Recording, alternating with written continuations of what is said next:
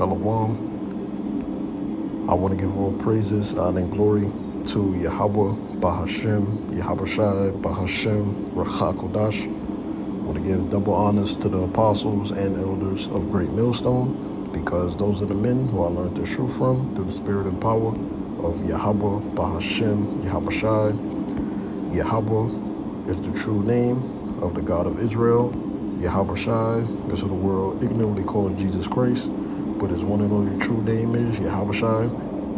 And pretty much I want to do this video because I watched the elder brothers video from GMS Baltimore, Karata Zakba. I believe that's what his name is, or Karata Zak. You know, Salaki if I'm saying your name wrong, but I watch his channel, GMS Holy Bible Defenders, and one of the videos that he did was a response to so-called Deacon Hakar, or whatever title he goes by, you know, the leader of the Genesis Israelite, you know, camp, which they're the main talk of controversy right now, because they're teaching things contrary to their foundation on what they learned from Great Millstone and what they learned being under Guerrilla Hebrew, all right, when they was in Sakari. So pretty much he's pretty much trying to say, like, you know, we don't really teach love here at Great Millstone because Apostle Rakar threw up curses on him. But when you read in the scriptures, that's what men of the Lord did in the Old and New Testament. So in this video, I'm going to show you that, yes, men of the Lord threw up curses to destroy their fellow Israelites and just unbelievers in general. All right? So we're going to kick it off with 1 Corinthians chapter 16 and verse 22. It says, if any man love not the Lord, Yahushua Mashiach, let him be anathema maranatha, right? So first of all, this is called the book of Corinthians, which is a letter that's written to the Israelites within Corinth, Greece. This is why Paul uses words such as brethren, saints, church. When you actually go into the word church, ecclesia, right? One of the definitions is that it's an assembly of Israelites, letting you know who Paul is addressing in his letters, all right? So he uses words like church, brethren, you know, saints, things like that. So the any man is referring to who? Literally any man, but more importantly, Israelite men that don't believe in the correct gospel and doctrine that will make the elect, the true believers that worship Yahweh and Yahushua in truth and in spirit, wise unto salvation. So you do have to believe in the correct gospel and doctrine to be made wise unto salvation. Now, when you read in the New Testament, the scriptures say to mark those that believe in something contrary and that teach something contrary to the doctrine that you have learned from Yahushua, the 12 disciples, and the different men of the Lord. All right? So those men, you mark them. You ask the Most High to destroy them. So that's going to this word anathema, right? Right? Anathema in the Greek. As you can see here, let's go down here. It says a curse, right? Let's go to the biblical usage. It says, I just want to get to the point. It says, a thing devoted to the Most High without hope of being redeemed, meaning destroyed. So ultimately, I'm going to read the rest of the definitions, but when Paul said, let a man be anathema maranatha, it means let him be cursed in the day of the Lord, meaning that he's not going to receive salvation. He's going to be a part of the lake of fire. He's going to be judged by the Most High during Jacob's trouble, right? A thing devoted to the Most High without hope of being redeemed. And if an animal to be slain, therefore a person or thing doomed to destruction. So that's what Paul is saying. When he's saying let an individual be anathema maranatha, he's throwing up a curse because this particular individual is an enemy to the cross and an enemy to the gospel. He's an enemy to Yahweh, Yahushua, and the prophets. All right? It says a curse. So yes, men of the Lord throw up curses on wicked Israelites, even though that's their own kinfolk, right? A man accursed, devoted to the dearest woes. And that's what's going to happen to these people, because these people, they don't realize that, look, if you can't receive the gospel, that's going to lead to a physical destruction in this lifetime. See, people is under the deception that they could believe what they want to believe, or you got Israelites that's saying, oh, well, we could all teach different doctrines, but when Yahushua returns back, then we'll get it right. No. Before Yahushua comes back, what does the scripture say? That the gospel has to be preached throughout the whole planet Earth, and then the end is going to come. All right? So there is a gospel you have to receive on this side in order to be saved. But you got Israelites teaching contrary to the correct gospel, which is being taught here at Great Millstone. So Paul cursed those individuals. All right? So now we went into the word anathema. Let's go into the word maranatha, right? Strong's G 3134. Let's go down here. See the biblical usage. Our Lord cometh for will come. So anathema maranatha means what? Let this individual be cursed when the Lord comes. All right? Meaning that they're not going to receive salvation. They're going to be judged during Jacob's trouble. And if they're alive, if they're not dead already, they're going to be a part of the lake of fire. It's that simple. All right? You ain't supposed to wish the best on your fellow Israelite that's coming against the correct gospel and doctrine. All right? So that's it with that. I'll show you another example. 1 Timothy 1:20, right? And this is Paul speaking. Of whom is Hymenaeus and Alexander, whom I have delivered unto Satan, that they may learn not to blaspheme. So these two individuals, two wicked Israelites, they was blaspheming Yahushua. They were blaspheming the correct gospel and doctrine. Let's go into this word Hymenaeus, Strong's G 5211, right? That's his name in the Greek. And who was this individual? A heretic, meaning he was a liar, all right? Teacher of false doctrine. He was opposing the gospel and doctrine. A heretic, one of the opponents of the Apostle Paul. Then when you read Acts 9, Apostle Paul, he's a chosen vessel by the will of Yahweh through Yahushua, all right, to preach the gospel to the uncircumcision, which is the Israelite foreigners in the pagan Gentile state of mind. That's who Apostle Paul is addressing in his letters. So Paul, he delivered this person up to Satan by what? Cursing these individuals. For why? For being a heretic, being an opponent of Yahushua. And then this individual, the coppersmith, Alexander, right? Let's see what it says about him, right? Alexandros, the Greek. It says down here, a certain coppersmith who opposed the Apostle Paul. So these were two individuals that couldn't receive the gospel, and they was against the gospel. So let's read this in the NLT version, right? 1 Timothy 1:20. Hymenaeus and Alexander are two examples. I threw them out and handed them over to Satan, so they might learn not to blaspheme the Most High. So if you have a wicked Israelite individual, whether it be a man, woman, or child, that's blaspheming Yahushua, they teach us something contrary to what the correct gospel and doctrine is, sound doctrine that's being taught here at Great Millstone, deliver their ass unto Satan. Pray to the Most High to send Satan on them and to destroy their lives, all right? You're not just going to be roaming around the planet Earth with no consequences. There's a consequence. If you can't receive this gospel, you're going to be destroyed, period. And I don't wish the best for you, all right? That's what's wrong with you Israelites. You want to love the wrong type of people. Now, this is the Old Testament, all right? This is Jeremiah 21. This is one of my favorites. And this is dealing with Pashur persecutes Jeremiah. Jeremiah had to deal with a lot of false prophets. He had to deal with a lot of persecution, being thrown in the stocks, which is jail. He had to endure a lot as a prophet of the Lord, all right? Let's read this curse that Jeremiah put on him and how this curse came to pass in the form of what? A prayer.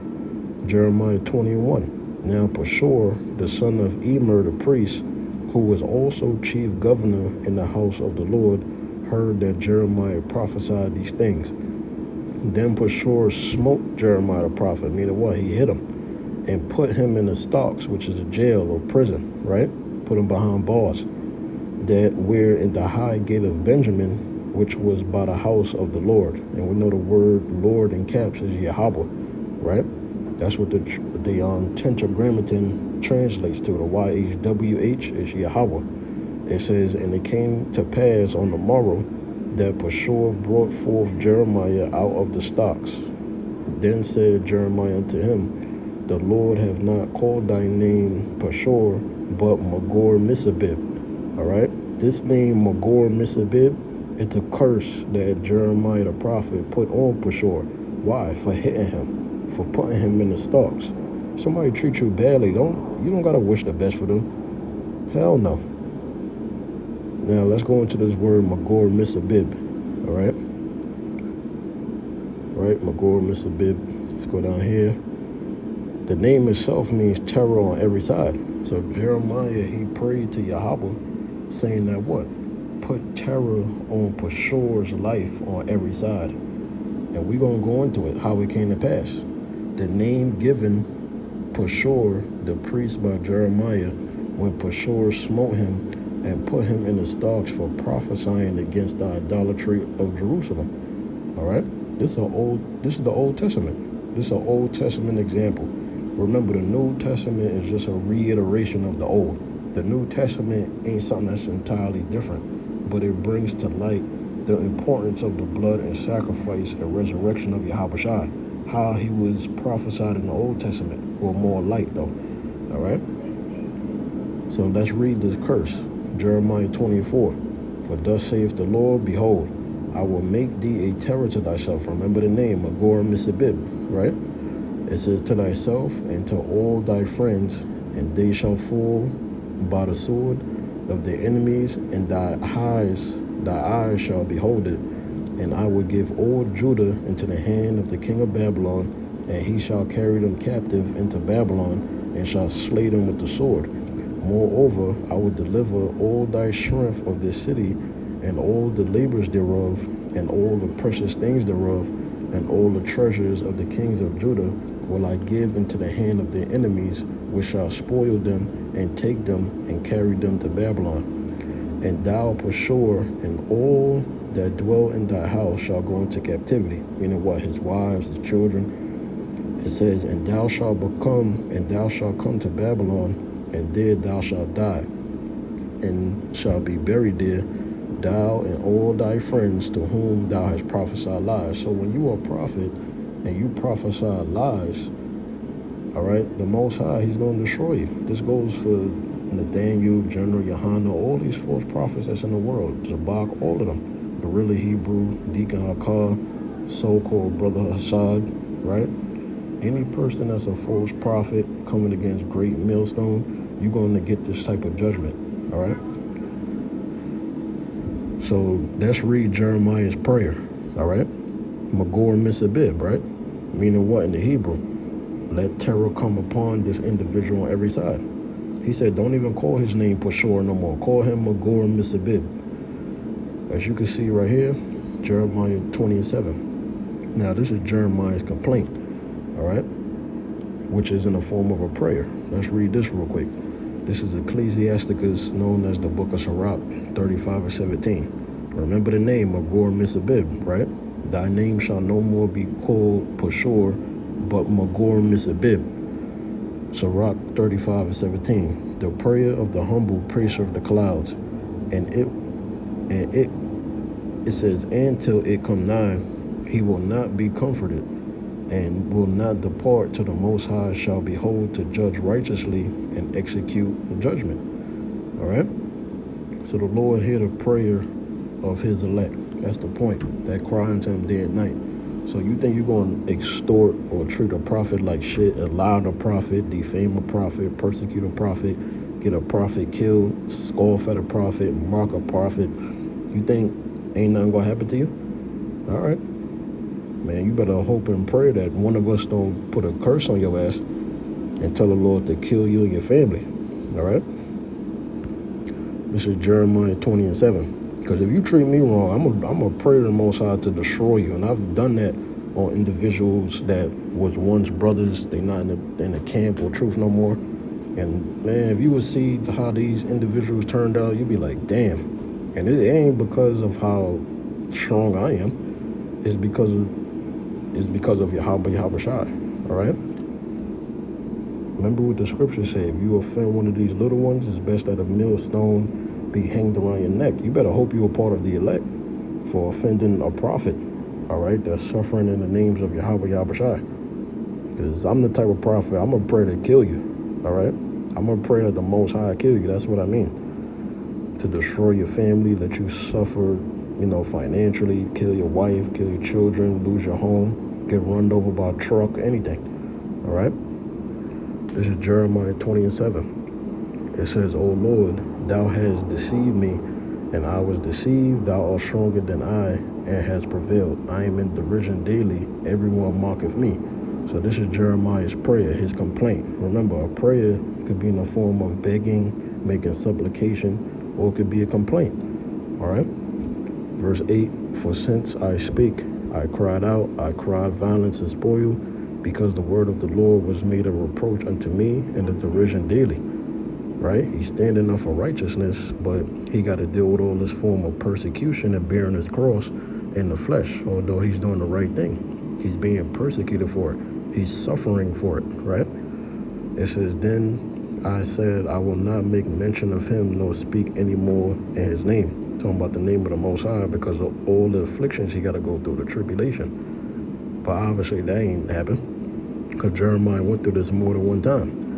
It says, but his word was in my heart as a burning fire, right? That's how this truth is. You can't be quiet when it comes to speaking about Yahweh Shai. You gonna do it. Why? Because it's predestination. It's the Lord directing your steps. You may feel like that as a man, but how the Most High program your steps, you gonna always spread this gospel till death, because that's your job as a prophet. It says, shut up in my bones, and I was weary with forbearing, and I could not stay. For I heard the defaming of many fear on every side. He's praying, but he's going into the different things he had to endure, being a prophet. It says, report, say, day, and we will report it. All the familiars watch for my halting, saying, peradventure he will be enticed, and we shall prevail against him, and we shall take our revenge on him. But the Lord is with me as a mighty, terrible one. Therefore my persecutor shall stumble. And that's what happened to Pashur, whose name was changed to Magor Misabib, right?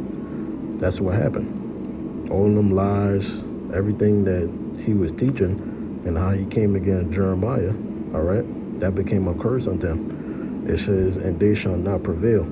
They shall be greatly ashamed, for they shall not prosper. Their everlasting confusion shall never be forgotten. All these people that come against the truth, leaving comments, even your thoughts, it's a curse unto you. May the Most High destroy you. It says, but O Lord of hosts, thou treatest the righteous, and seest the rends in the heart. Let me see thy vengeance on them, for unto thee have I opened my cause. Sing unto the Lord, praise ye Yahweh, for he hath delivered the soul of the poor from the hand of evildoers. Cursed be the day wherein I was born, let not the day wherein my mother bare me be blessed. So Jeremiah, he was going through it, all right? Cursed be the man who brought tidings to my father, saying, a man-child is born unto thee, making him very glad. It says, yep. I mean, that's pretty much the point, all right? This is just going into his prayer, but the Most High, Yahweh, he heard Jeremiah's prayer, and that's why this individual, Pashur, or Magor Misabib, he ended up dying, just as Jeremiah prophesied, all right?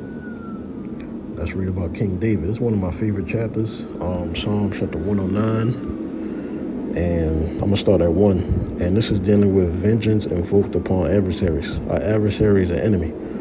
It says, to the chief musician, a psalm of David, hold not thy peace, O Yahweh of my praise, O God of my praise, For the mouth of the wicked, right, which can be the literal wicked, Malachi 1 and 4, but more importantly, wicked Israelites.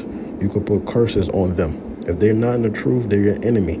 Pray to the Most High to kill them, all right? Because our people, they're ignorant. They want to be carnal. They think they could kick your ass. Here you are, you holding back. You trying to follow in the footsteps of Yahawashi, and they want to see your downfall. It's ridiculous. For the mouth of the wicked, and even guys that know that they're Israelites, they're the worst type of niggas you're going to meet in the truth. For the mouth of the wicked and the mouth of the deceitful are open and against me. This is King David speaking. They have spoken against me with a lying tongue, and that's what they do to great millstone. And you're going to have your own testimonies being in the truth, how people bear false witness against you, all right? They spread rumors about you, they lie on you. They try to say you this and you that, but your actions say something totally different about you, right? You're going to have men in the truth that want to see a downfall. They don't believe you're a man of the Lord, you know? They may think evil things against you. And if they're not a part of the elect, all them bad, evil thoughts is going to be a curse unto them, all right? Because I pray all the time for the Most High to destroy my enemies. If you're not a part of the elect, I hope and pray the Most High take everything from you first and then destroy you after, all right? However he wants to do it, how he predestinated it.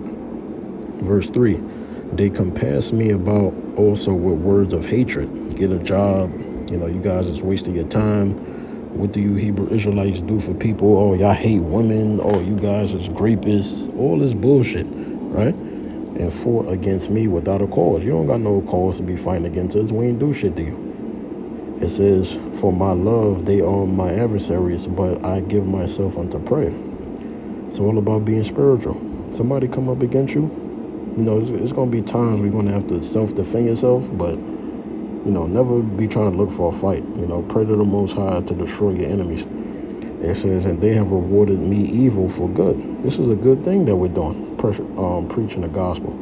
That's the ultimate form of love that you can have and do for our people, better than finances, better than economic wealth.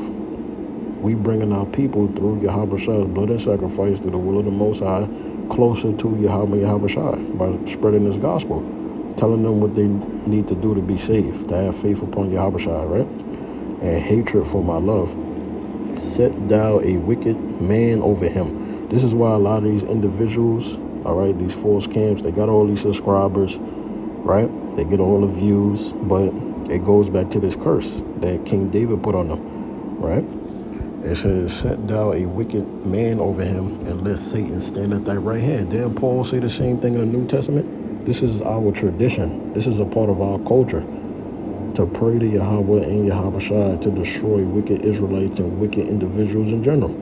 All right? These curses that I'm reading, this is mainly for Israelites. This ain't even for the heathen. It says, when he shall be judged, let him be condemned, and let his prayer become a sin. You see that? You could pray to the Most High to where the Most High don't even hear the prayers of wicked individuals. Even if they know they're Israelites, they ain't praying in the right name, they ain't teaching the correct gospel and doctrine. All right? Pray to the Most High to kill them, to torture their ass. Let his days be few, right? Meaning to kill him, right? And let another take his office, because he doing the wrong thing while he got the office. So since he's doing the wrong thing, somebody better need to be there. It says, let his children be fatherless and his wife a widow. Let his children, this is a prayer of King David. Let his children be continually vagabonds and beg. Let them seek their bread also out of their desolate places. And this is why around the world, not just America, but around the world, our people, they go through poverty, all right? It says, let the extortioner catch all that he hath, and let the stranger spoil his labor. I'm talking about the heathens. Let there be none to extend mercy unto him, neither let there be any to favor his fatherless children. Let his prosperity be cut off, and in the generation following, let their name be blotted out. Let the iniquity of his fathers be remembered with Yahweh, and let not the sin of his mother be blotted out. Let them be before the Lord continually, that he may cut off the memory of them from the earth, because that he remember not to show mercy. All right? You got a lot of these wicked ass false prophets of these camps. They don't show mercy to the men of Great Millstone. They just keep on lying, bringing up old shit, right? It says, but persecuted the poor and needy man, that he might even slay the broken in heart.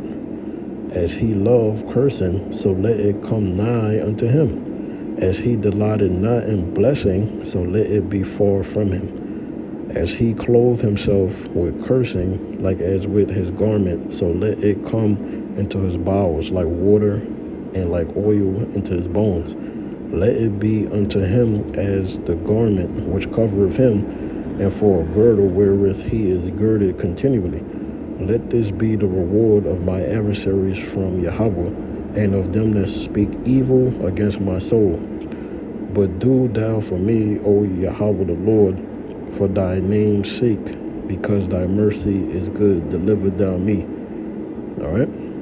It's a good-ass chapter. So that's pretty much the point, man. You're doing the right thing spiritually, because we're sinners called back to repentance, but certain people you meet, they're going to cross the line. And a simple, I'm sorry, that shit ain't going to cut it all the time. All right? Some people that you meet in the truth, and just individuals in general, whether they be in the world or even in the truth, all right, certain people you're going to meet, they're not men of the Lord. They're going to cross the line to offend you. And, you know, until the Most High kick them out the camp, or, you know, they're not in the inner circle no more, then you pray to the Most High to destroy them. You know, never put curses on your parents. Never put curses on actual brothers in the camp. All right? But, you know, like an ex-girlfriend, hey, pray to the Most High to destroy that bitch. The fuck, why you want the Most High to have mercy on her? She missed her chance in being with an Israelite man. You don't pray to the Most High to have mercy on her. You sound like a bitch. Like, you sound pathetic. All right, you pray to the Most High to destroy your ex-wives, because that's your possession that's out here committing adultery. All right? So anyway, I just wanted to give you those examples. Lord willing, you know, you was edified by the lesson, and obviously you never put curses up on our leaders either. All right? That's just common sense. Shalom.